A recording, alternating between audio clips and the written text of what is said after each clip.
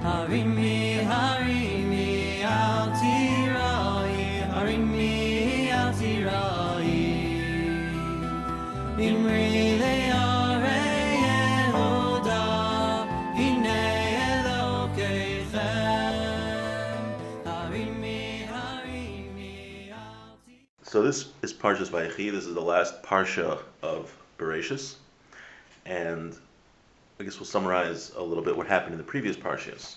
So the previous Parshas, we had the whole story where Yosef got sold into slavery, and there's a famine in the land of Israel, so his brothers come down, and they don't recognize him, so he gives them food, and he says, you have to come back with Binyamin, with the youngest son. They didn't come with Binyamin.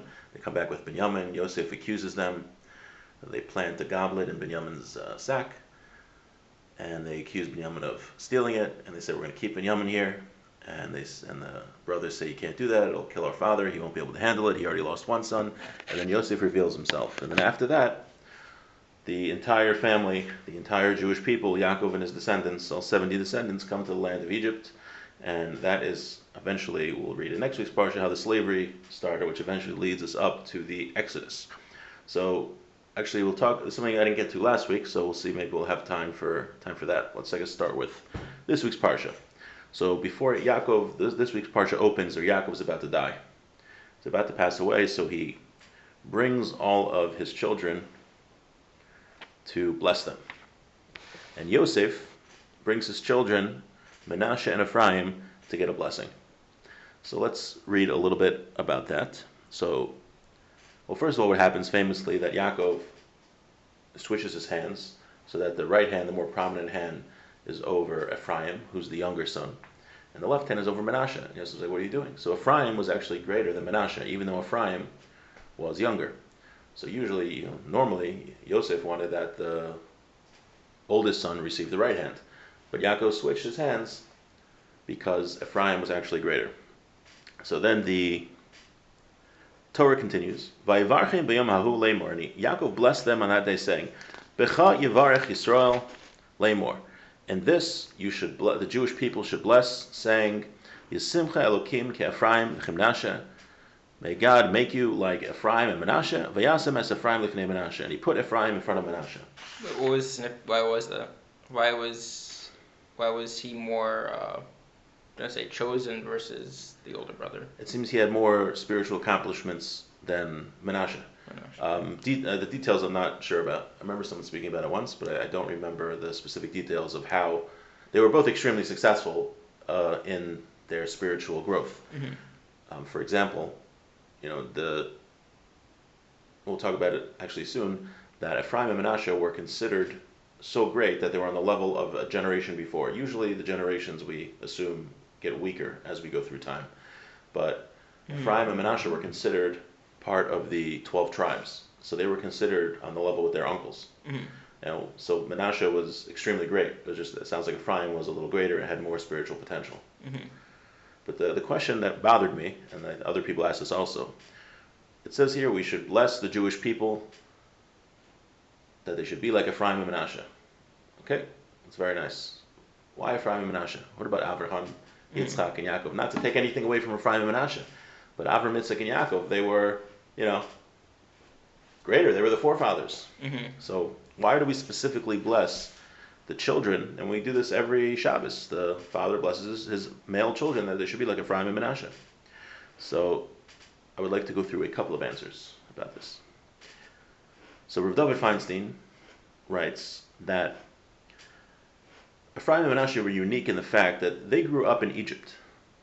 The other, Avram, Yitzchak, and Yaakov, Avram, it's a good question. Avram grew up in Bavel, not such a religious environment. But Egypt was like, I don't know, the Las Vegas, or pick another immoral city. I don't mean to bash everyone from Las Vegas, but you can pick the red light district of Las Vegas, the red light district of any city.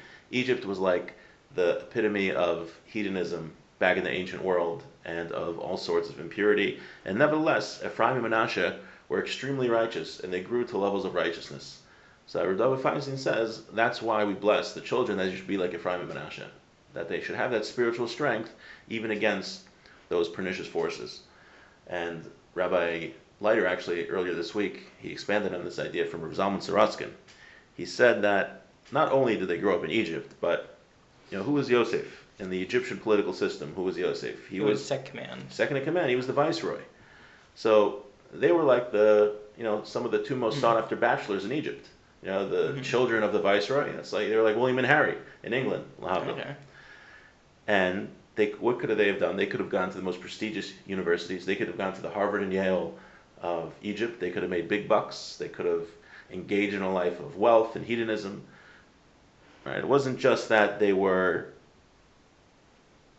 in Egypt, but they were at the top of the social ladder in Egypt. They were the Spitz. And what did they choose to do? They went to Goshen to learn Torah. They hung out with their grandfather, Yaakov, and they became scholars, and they became righteous people and spiritual people. So that adds in a dimension to that idea of why we bless specifically like Ephraim and Manasseh. Okay. To have our sons learn and keep Torah and Judaism. To keep Torah and Judaism even against those...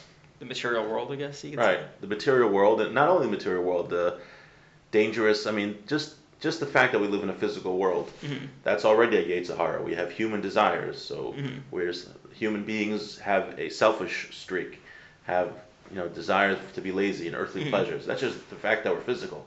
But added on top of that, you live in a decadent society that makes all those desires so much more powerful.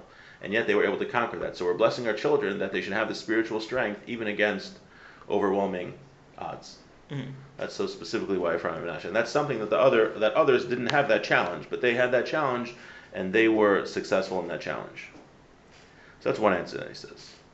Rafelder from Toronto says that kind of what we were mentioning before, that even though Ephraim was younger and he was greater, but they still got along. He says sometimes you could have brothers, and if the older one isn't as successful as the younger one or something, they could be friction, but nevertheless they still got along and everything was fine and they loved each other and stuff like that. So that was something unique about them. My Rashiva said, Rav Aaron Feldman, that it's really a technical thing here. I was asking why don't we bless our children to be like Abraham, Yitzchak, and Yaakov, the forefathers? He says the forefathers were on a totally different spiritual plane. The forefathers, what they did, what makes them forefathers? It wasn't just the fact that they were the founders of Judaism. It wasn't just the fact that they were, very lived a long time ago, but their spiritual makeup was such that what they did impacted their children for eternity, impacted the Jewish people for eternity. For example, Abraham was known as a Baal Chesed. He epitomized the attribute of kindness and doing things for others. So, because of that, because he was an Av, he was one of the founders of the Jewish people, so that meant that all of his descendants will have an innate quality and an innate pull to do kindness. Yitzchak was willing to give up his life for Hashem. So because of that, it was put in the DNA of the Jewish people that somewhere deep inside them they have the ability to give up their life for God. And you see throughout Jewish history. You see people that did not observe the Torah at all during their lives, but when push came to shove and someone said, bow down to this idol or convert to Christianity or we're going to kill you, these non-religious people who never kept the Torah, never took it seriously, were ready to give their lives. There's something deep in their spiritual makeup and their spiritual soul that they got from Yitzchak.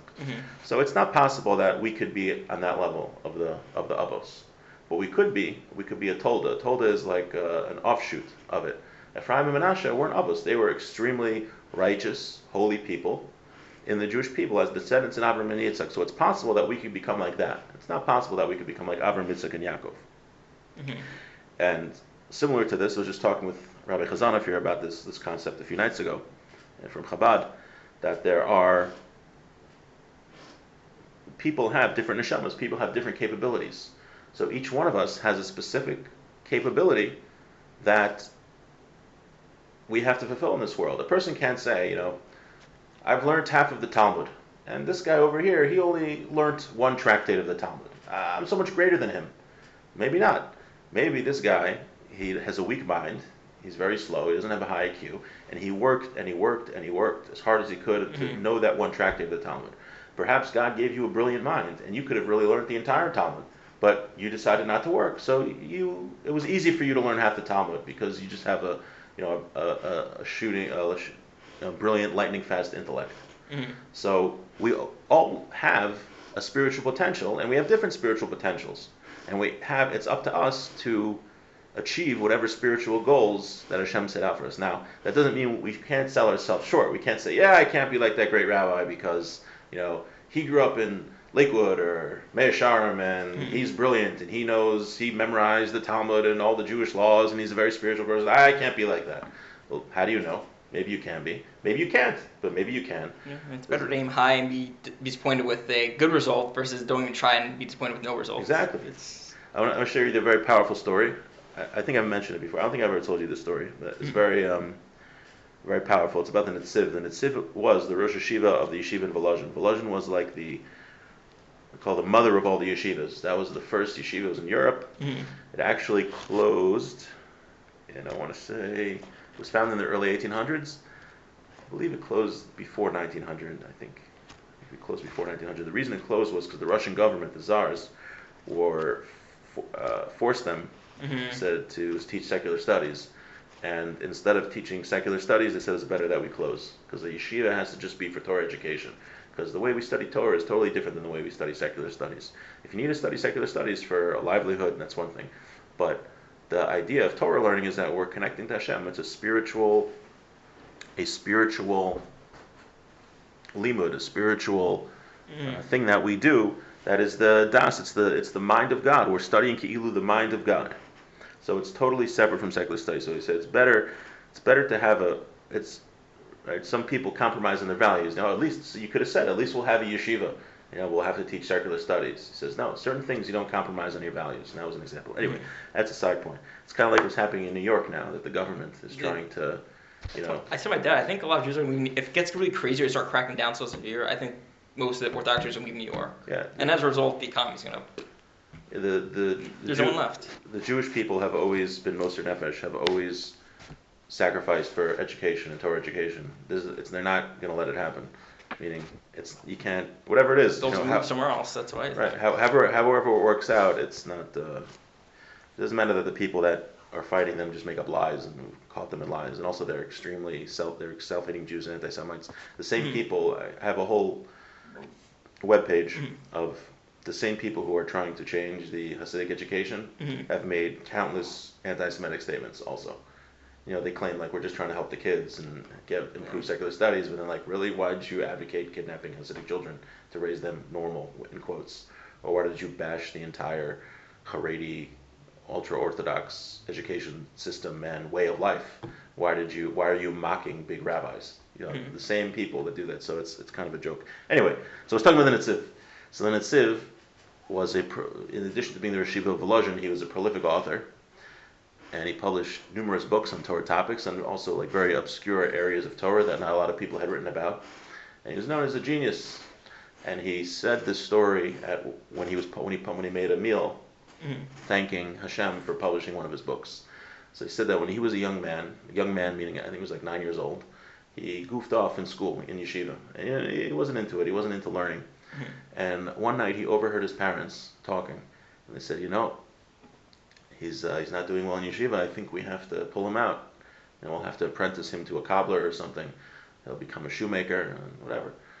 So the Netziv and his parents were upset. They wanted him to grow in Torah and become a Torah scholar. But they said, if he's not paying attention, he's not taking it seriously, we're going to have to pull him out of school and get him a profession. Fine. So the Netziv heard that when he was a little boy. And he said, it made a big impact on him. And he said, I'm going to start working harder. And from that day, he started working harder. And he worked hard his entire life until he became the Netziv, the great rabbi. So he said, could you imagine if I didn't decide at that moment to change the trajectory of my life? He's like, I would have become a shoemaker. I would have been a good Jew. I would have kept the entire Torah. And I would have been happy with my life, thinking I'm a righteous person, I'm a tzaddik. And I would have been a tzaddik. But then I would have died. I would get up to heaven. And they would ask me, oh, Rabbi, you're here. And I'd say, what do you mean, Rabbi? I'm a shoemaker. He said, well, it says here you could have been a rabbi. Can you tell us about the book you wrote called Hemek Shelah or Hemek Davar? And all these other books he wrote? He's like, well, what do you mean books you wrote? I'm an ignorant shoemaker. I kept the Torah, but I'm an ignorant shoemaker. I don't know anything. So he said, yeah, you were a shoemaker, but this is your potential. Your potential, you could have been this great rabbi. You could have taught thousands of students. You could have written all these books and you could have had a lasting impact on Judaism until the end of time. But you decided not to take the challenge. You decided that to settle. It was a very scary thought. When we get to heaven, they're going to show us what our life was and what our life could have been. So it's almost, is there a predetermination? Like, there's events like a tree, different things that you could have done. You could have been a rabbi, you could have been a dentist, you could have been No, I don't think it's like that. I think a person always has free will. A person could always change. It's just there's different outcomes of the choices. Yeah, for sure. Any choice a person makes will have different outcomes. But he could always change trajectories also. Maybe the Netziv would have been a shoemaker for 10 years and change his mind. I'm going to go and become a Torah scholar. Mm-hmm. I had a rabbi who was an extremely successful tax attorney in New York. Very, very successful. Mm-hmm. He did the acquisition years ago when Quaker Oats bought Snapple. Oh, wow. And which was, Quaker Oats totally ruined the company and then sold it. But besides that, so he handled the acquisition. He's a very successful attorney, and he left it because he wanted to go back to studying Torah, and he became a rabbi in Israel, and he taught hundreds and probably thousands of students. Mm-hmm. He doesn't make as much now, but so whatever it is, whatever in a person's life, the point is that the decisions we make have an impact, and we have to live up to our potential, and we shouldn't sell ourselves short because we really don't know what our potential is. We often do. We often sell ourselves short. We could really, who knows what we could do? We should never say that I can't do it. You can't. Anyway, okay. So after this, after Yaakov blesses all the children, after Yaakov blesses all the children, he passes away and he says, "Please bury me in Israel. Bury me in the cave of Machpelah, where my forefathers are buried. And Avram, Yitzchak, Sarah, Rivka were there. He buried his wife there, Leah. And he said he didn't want to be buried in Egypt. He didn't want the Egyptians to start worshiping him. He would become an idol or something. And he didn't want to be there when the ground turned to lice. He says, please bury me to Israel. So the Gemara in Sota has a very interesting story of what happened when they came to bury him in Israel, which I would like to read this Talmudic passage, if it's okay with you. Okay. So what happened was all the tribes went, all of the 12 sons, and it sounds like some of Yaakov's grandchildren also. They went from Egypt to Hebron, which is in southern central Israel, to bury Yaakov. So once they got to the cave of Machpelah, Asa Esav, his brother and nemesis, was there waiting. He was still alive. Kama Akev, and he stopped them from burying Yaakov. Amar lahen, he said to them, Mamre Kiryas Arbahi. This is called Kiryas Arba. Hebron's called Kiryas Arba. He Hebron. Vamre Bitzak, why is it called Kiryas Arba? Kiryas Arba Zugos, there are 4 pairs. Hayu Adam v'Chava, Adam and Eve are buried there. Abraham v'Sarah, Abraham and Sarah. Yitzchak v'Rivka, Isaac and Rebekah. Yaakov and Leah, that's 4 pairs. Ihu Kavra l'Leah b'didei. He buried Leah in his portion. And the one that's left over, that's mine. Esav said, there's one spot left. It should be mine. Amrulei, they said to Esav, Zavinte, you sold it. The old story of selling the birthright. You sold your portion. You don't have a claim here. Amrullahu, he said to them, Nihid, Zavni bechurisib shutu. Say, no, I sold another part of the birthright. I didn't sell the whole birthright. He's coming with these arguments. Amrulei, they said to him, and the Chassid says, yeah, Bekivrei Asher Karisi Li, Amar Rabbi Yochanan, the word they deduce a word from the verse, it means that he sold it. Fine. So they're arguing. He says, I didn't sell it. He says, you did sell it. So Amar Lahu, he said to them, Havuli Igerto, yeah, you say I sold it? Go bring me the contract. Bring me the contract that I sold it. Amar Lei, they said to him, Igarta B'Har Mitzrayim. We have the contract, but we left it in Egypt. Uman Nezel. So who's going to go get it? Nezel Naphtali. Yaakov's son, one of the 12 tribes. Naphtali was very quick. He was very fast. He's going to run back and get it. Okay. The Gemara continues. Chushim Berei Dan. Now Dan was one of the 12 tribes, and he had a son named Chushim. So Yaakov's grandson. Taman Hava Vikarin Le Udne. He was deaf. He's there. Amar Lahu. So he said to everybody, "My hi, what's going on?" He doesn't know what's happening. They're talking. What's going on? Va'amrulei, they said to him, Kama akev hai, adasi naft. So he says, this person here is stopping us from burying Yaakov, from burying your grandfather. Adasi naftali, until Naftali comes back from Egypt. Amar lahu, he said to them, Until Naphtali comes back from Egypt, my grandfather is going to be sitting here and be in this denigrated state. It's not appropriate to have a person not buried. So Shakal Kulfa, he took a club, Machia Resha. He hit Esav in the head. Nasr and Eina, his eyes fell out. V'naflu akar the Yaakov, and they fell on Yaakov's lap. Paschinu Yaakov le'Eina, and Yaakov opened his eyes. Basically killed him. I think somewhere it might say that he cut his head off, but he killed Esav. Okay. Okay, that's the story. he killed his own brother. His uncle. His uncle. He killed his own uncle. Oh no, excuse me, his great uncle. It was Yaakov's brother, so his father's brother. Oh wow, some secret that's a rivalry right so, there going on. What's the whole thing here? They get there, they want to bury him. Esav says, no, you can't. They say, oh, the contract, and going back and forth. No, you sold this. Oh, you only sold part of it, this, and they're arguing, and go back. Husham ben Dan, the Gemara points out, is deaf. For some reason, that's relevant to the story. And he says, what's going on? And they told him what happened. He says, my grandfather's going to be sitting here in this kind of state. Forget it. Takes it out, hits him in the head, kills him, and they go bury him. So Rav Chaim Shmulevitz, who is Rosh Yeshiva of the Mir Yeshiva in Israel, which is now the biggest yeshiva in the world, it's a very interesting point. Why was it important that here Husham ben Dan was deaf? It says because all of the other brothers and everyone else present, they heard what Esav said, and they started arguing with him. So they got involved in the arguments. Once they started getting involved in the arguments, they weren't as affected by the fact that their father was sitting there in this embarrassing state. It didn't bother them as much because they started getting involved and they got used to it. Husham ben Dan couldn't be involved in the entire conversation because he was deaf. So as soon as he found out what was happening, it hit him like a punch. Everyone else was used to it. Yeah, they were arguing for a while. Everyone else was used to it. Husham ben Dan, they told him what happened. He hit him. He couldn't handle it. So it was him who acted. That's why he specifically was the one who acted. And all of the other, his uncles and whatever grandkids were there, didn't do anything because they were all used to it. And Rav Chaim Shmulevitz teaches an important lesson from here, that it's the nature of human beings that we get used to things. We get used to things, right? The brothers were discussing with Esav. At first they were very upset, but then they started arguing. You sold it. No, I didn't. You sold this part, not that part. Okay, we'll go back and get the letter. Once they started discussing it, it didn't bother them as much as it did at the beginning. So he says, Rav Chaim Shmulevitz, sometimes this is actually a good thing, that we get used to things. People in the Holocaust, they were in hell, but since it happened little by little, Got used to it. They got used to it and they survived. Many people survived. But it also has a downside that we can get used to good things also. A person has a jolt of inspiration. That inspiration is not going to last forever. Right? Person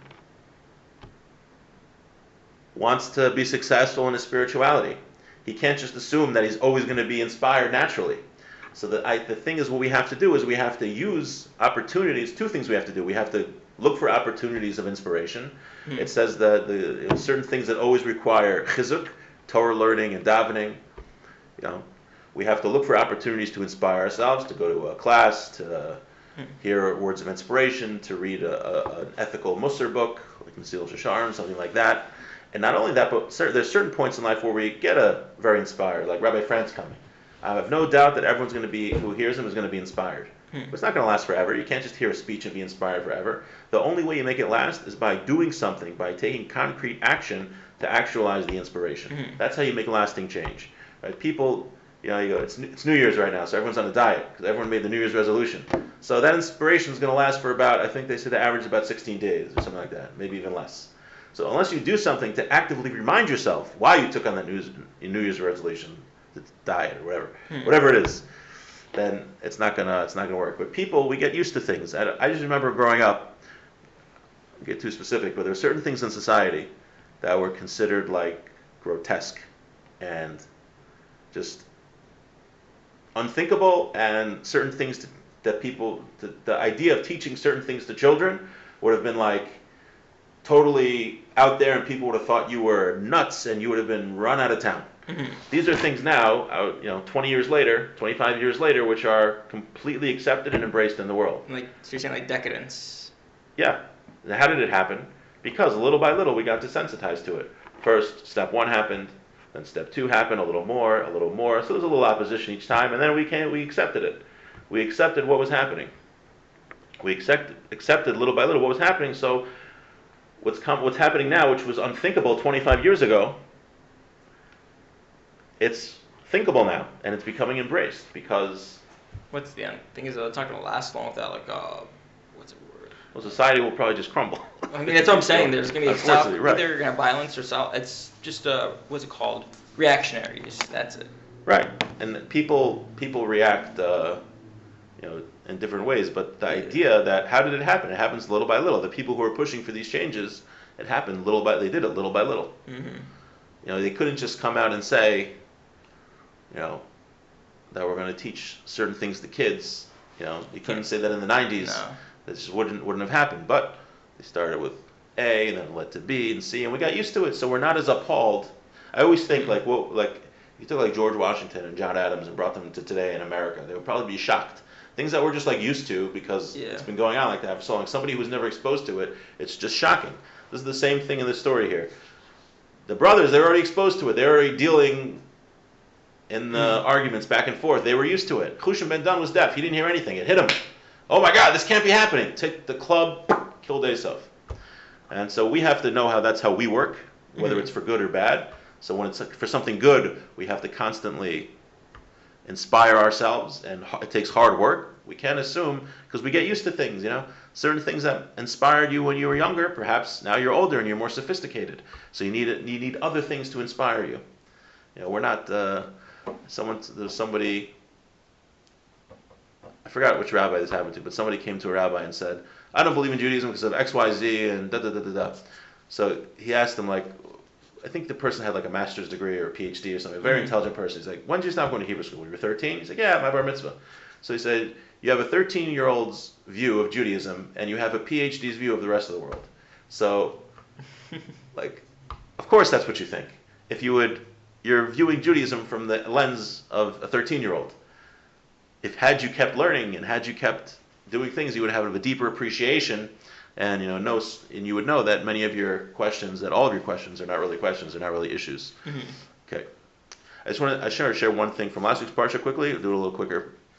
When it's probably the most dramatic scene in the whole Torah, I think, when the brothers come and Yosef reveals himself. He said, I'm your brother Yosef.